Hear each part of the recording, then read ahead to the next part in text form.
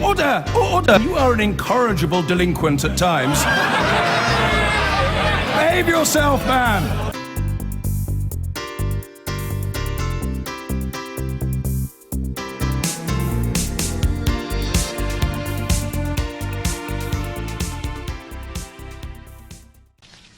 That news conference just about to get underway. The lady sitting in the red jacket Thank you very is much Gloria for coming Allred, today. the lawyer.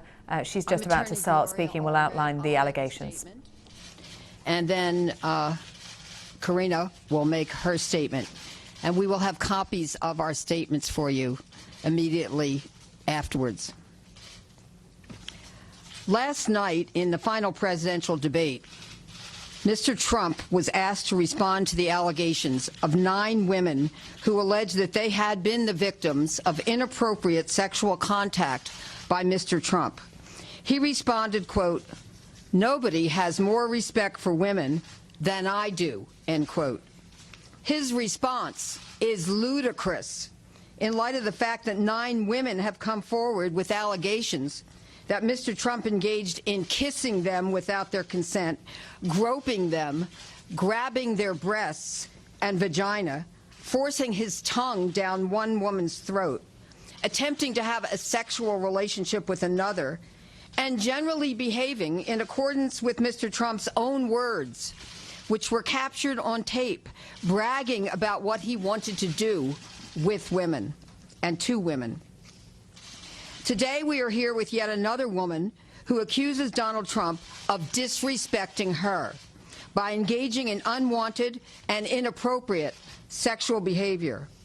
What makes today's accuser noteworthy is that she has shown tremendous courage in coming forward today, especially in light of Mr. Trump's statements last night in which he called the allegations of the 9 women who alleged inappropriate sexual conduct by him, quote, lies and fiction, end quote.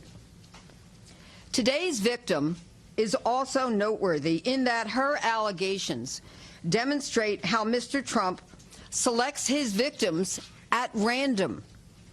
Some of the women, including the woman who is here today, had an encounter with Mr. Trump that appeared to be strictly by chance. Mr. Trump allegedly felt that whether on an airplane or seeing a woman waiting for a car, that he had the absolute right to do whatever he wanted to, because after all, he is a celebrity. Mr. Trump, the fact that you are a celebrity does not give you a license to violate women. To the contrary, it gives you more responsibility to respect women, as many women will look up to you as a role model because of your celebrity status. To show respect for women means that you need to respect their boundaries and not to act on your impulses to grab and to grope at your pleasure. Your statements in response to some of your accusers suggesting that they were not attractive enough to merit your unwanted attentions is also indicative of disrespect and the height of arrogance and entitlement. Mr. Trump, you may have thought that you could violate women without consequences, but there are always consequences. There are consequences for the women that you have hurt, and there are consequences for you as well. You have called yourself a victim, but it is not you that is the victim. Given the allegations against you, you should never again utter the words that you respect women.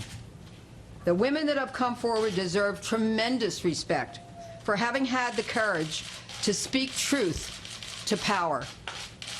They will continue to speak out and be heard, and we are proud of each and every one of them. And now, I would like to present Karina, Virginia. Let's move over a little.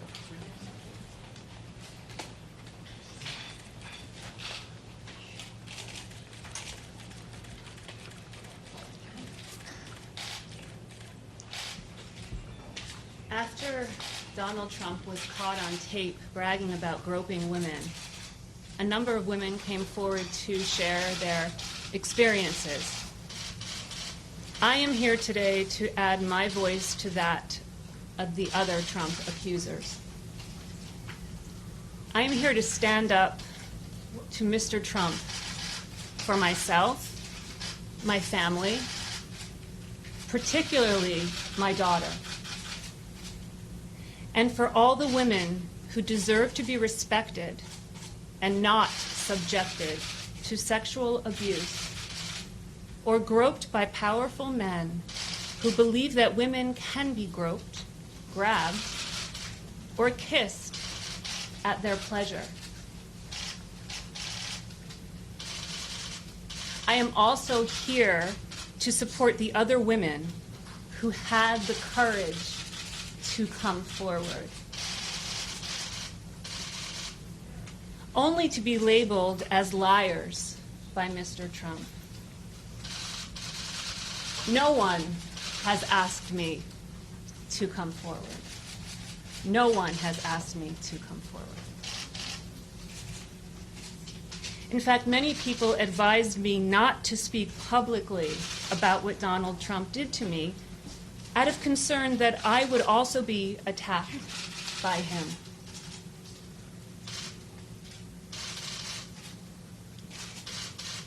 I have been advised that Mr. Trump will probably call me a liar, just as he called all the other women liars who have made accusations against him. Or perhaps he will label me as just another nasty woman.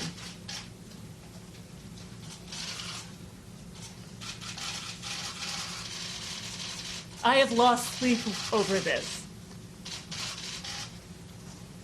I have been fearful about bringing unwanted attention to my loving family and me. This includes my husband, my daughter, my son, my entire family.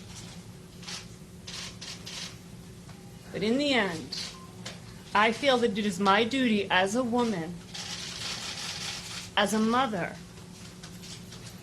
a human being, and as an American citizen, to speak out and tell the truth about what happened to me.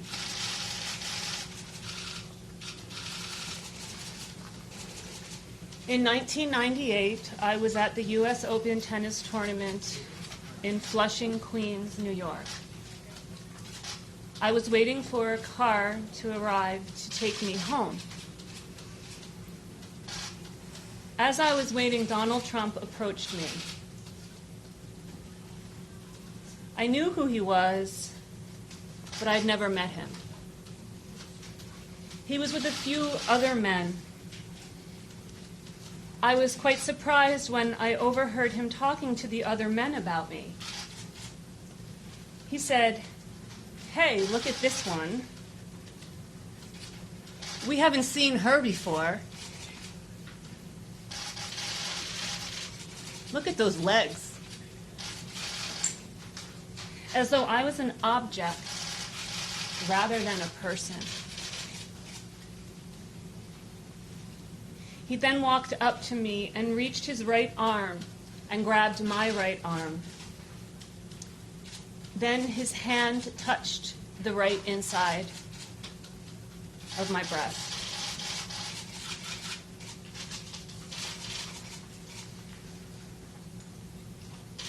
I was in shock. I flinched. "Don't you know who I am? Don't you know who I am?" That's what he said to me. I felt intimidated and I felt powerless.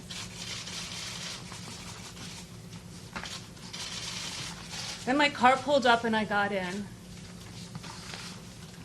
After I closed the door, my shock turned to shame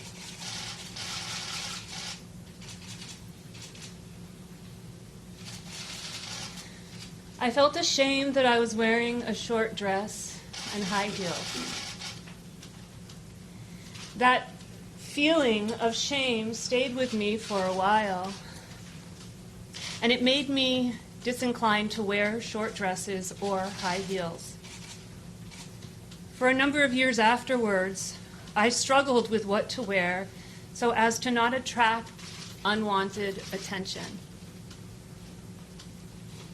I can remember one evening discussing this with my husband when he asked me why I did not enjoy dress shopping and why I would often wear a shawl at a dinner party or wear a longer dress.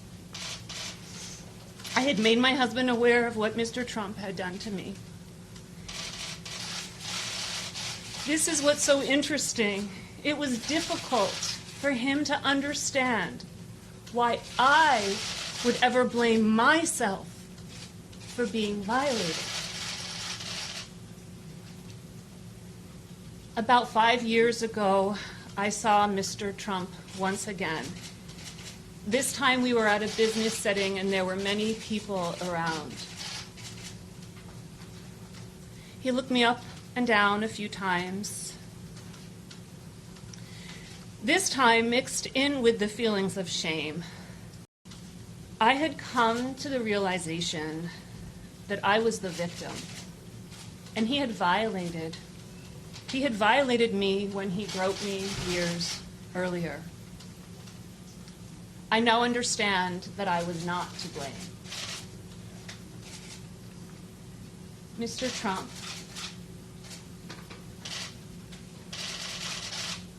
perhaps you do not remember me or what you did to me so many years ago.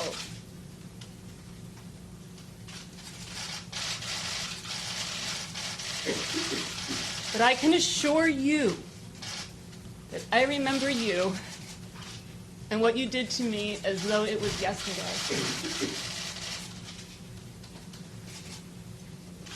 Your random moment of sexual pleasure came at my expense and affected me greatly. Mr. Trump revealed his true character in his own words on tape, which indicated that he felt entitled to grab women by their private parts. We should, to paraphrase Maya Angelou, believe him.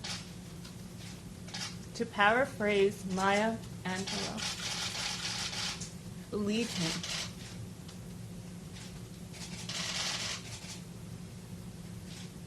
He should be ashamed not only of his words, but of his behavior towards so many women.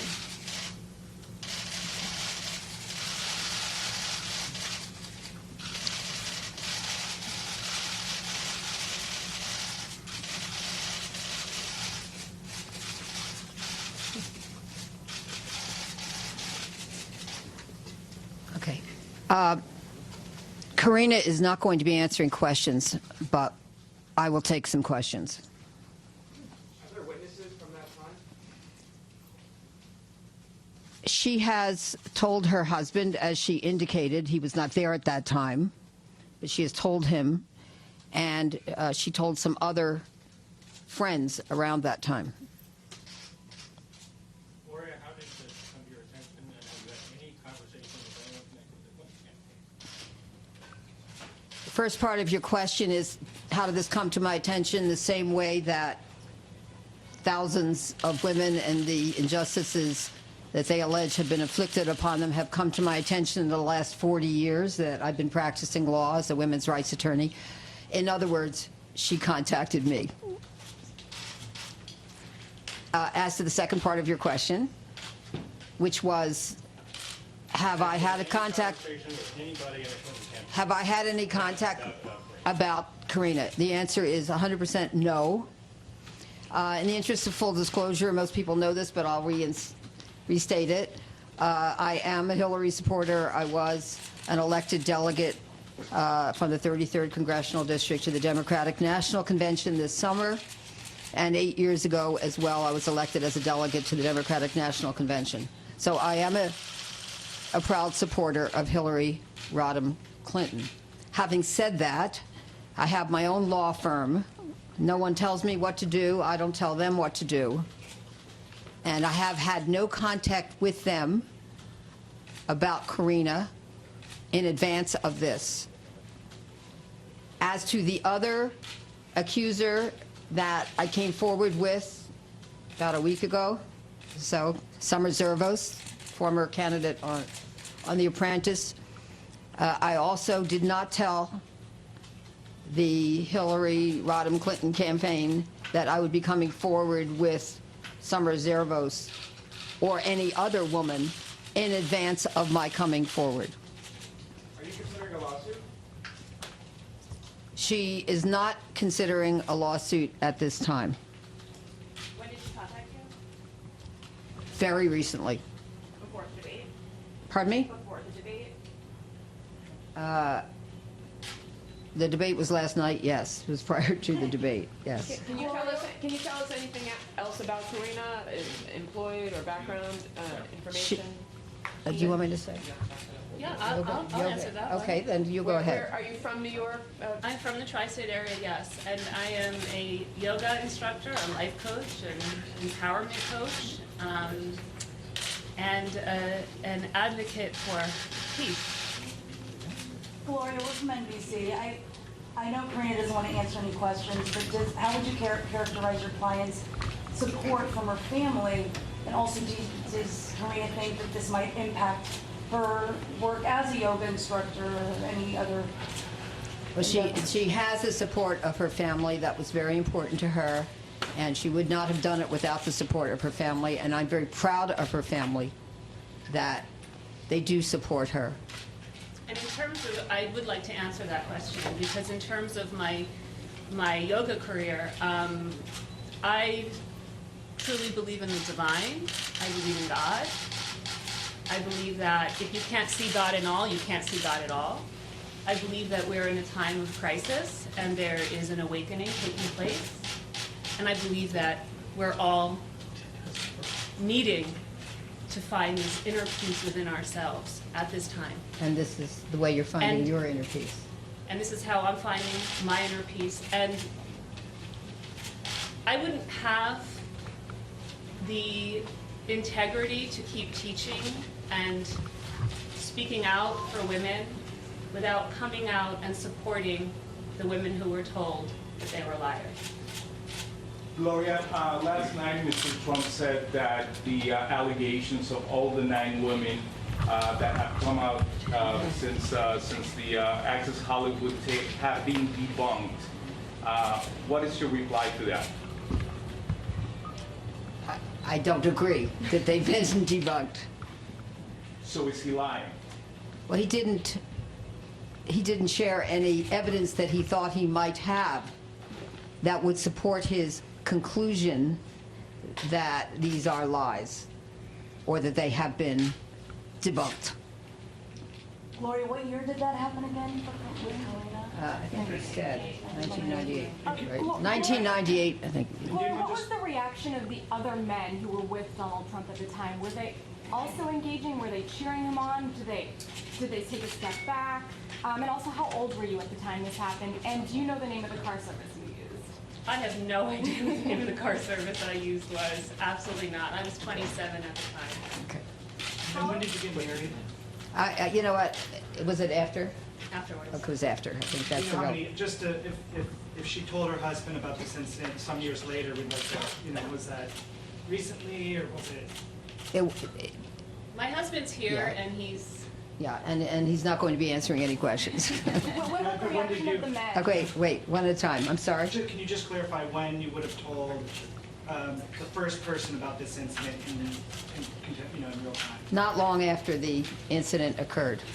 Karina, I thought it was very, when you brought up your daughter, can you tell us what prompted you to finally speak out after all these years, and what did your daughter have to do with that? No, we're not going to speak about her daughter, except that I feel assured, having spoken with her daughter, that her daughter is very supportive of her mom in the same way that her mom has been very supportive of her for her daughter's entire life. She's a very good mom.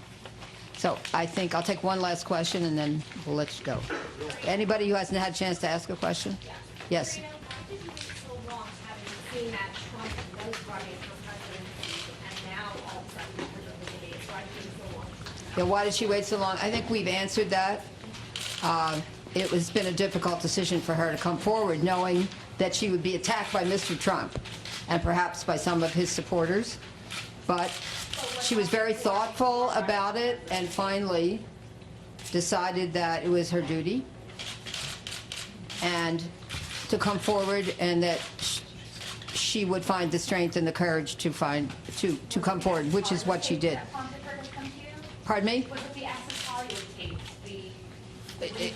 It was the Access Hollywood tapes, and then his denial that he had ever taken his words and then translated them into actions, actually executed upon the words that he used on the Access Hollywood tapes. So we're going to have to go, but I thank you very much, and there will be copies for you as you go out the door. Thank you very much for coming.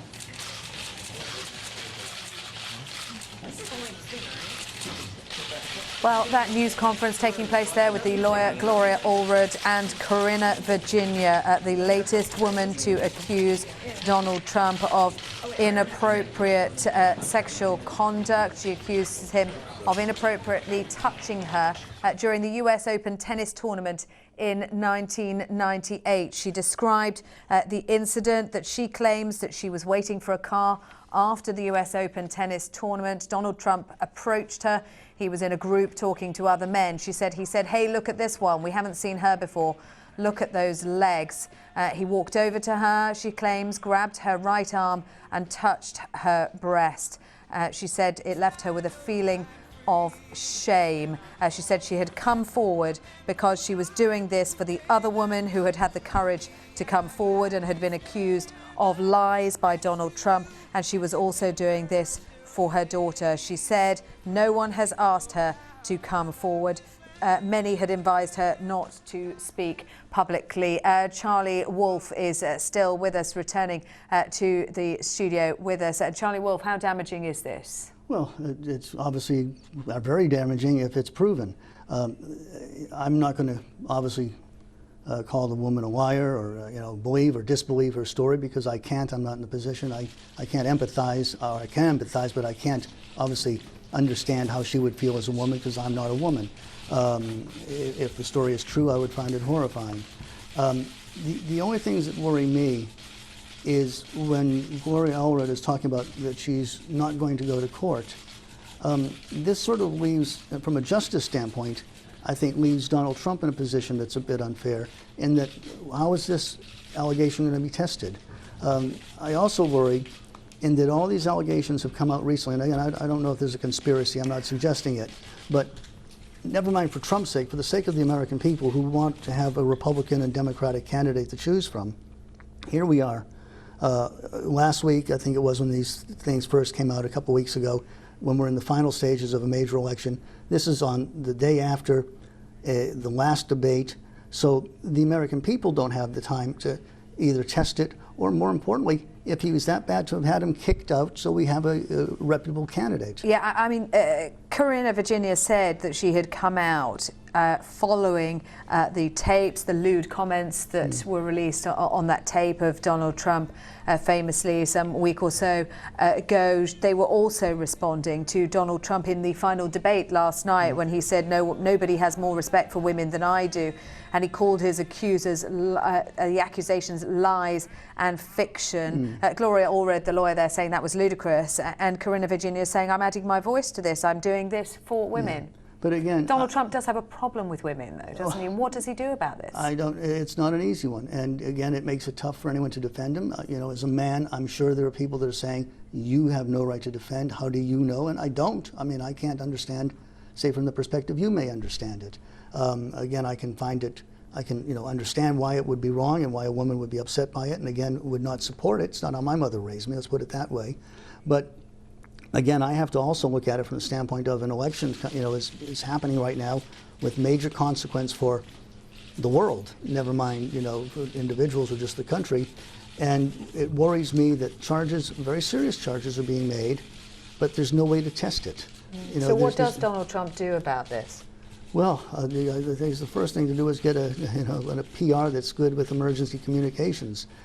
He needs to get behind this story and put it out. I thought this had happened. Last week, was it, when he said, listen, I'm sorry for the things I said, and that's hopefully, I thought, had moved it on. And again, we had the interviews that Melania Trump did, which said that his comments were offensive, but it was locker room talk, that she had forgiven him as well. And we had him yesterday suggesting that the 9 women who had come forward with allegations against him were doing it for celebrity, for fame, that it was lies. He denied it. He said he didn't know who they were. But we heard Corinna Virginia saying, perhaps you don't remember me, Mr. Trump, or what you did to me so many years ago, but I can assure you that I remember you and what you did to me as though it were yesterday. As you say, difficult to test these allegations because lawsuits is not being brought. There have been cases in the past, and again, I'm not in any way casting aspersions on this woman because I don't know her story, but there have been legitimately cases where women have talked about rape, accused men of rape or other sort of acts, and then we find out that it didn't happen. But from a PR point of view, how does he handle it? I think the important thing is, again, to tell the people we need to get back onto the topics, to the economy, to the policies, because that ultimately is what is important.